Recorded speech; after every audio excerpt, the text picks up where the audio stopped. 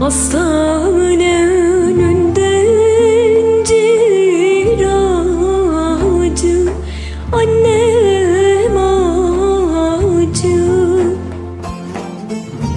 Doktor bulamadı bana ilacı, annem ilacı.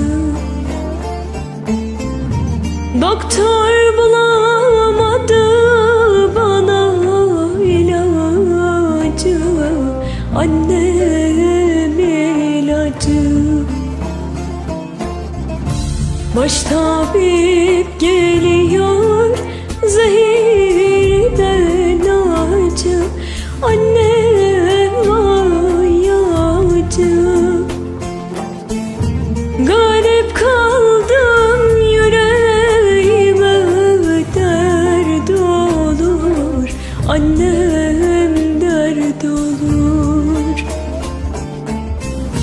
Ellerin vatanı bana yurt olur, annem yurt olur.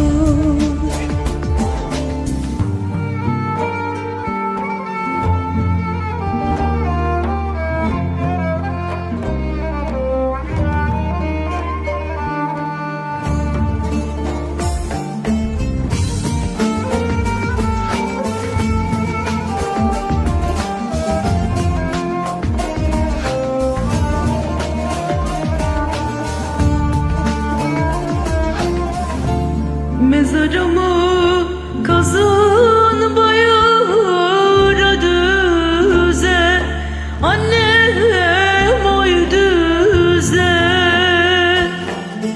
Yönünü çevirin sağdan yüze, annem oy düze.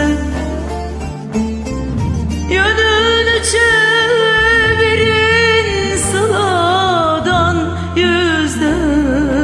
annem oy düze. Benden selam söylen sevdiğime,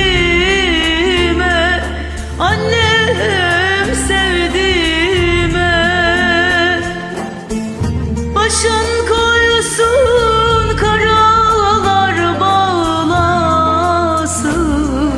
annem bağlasın.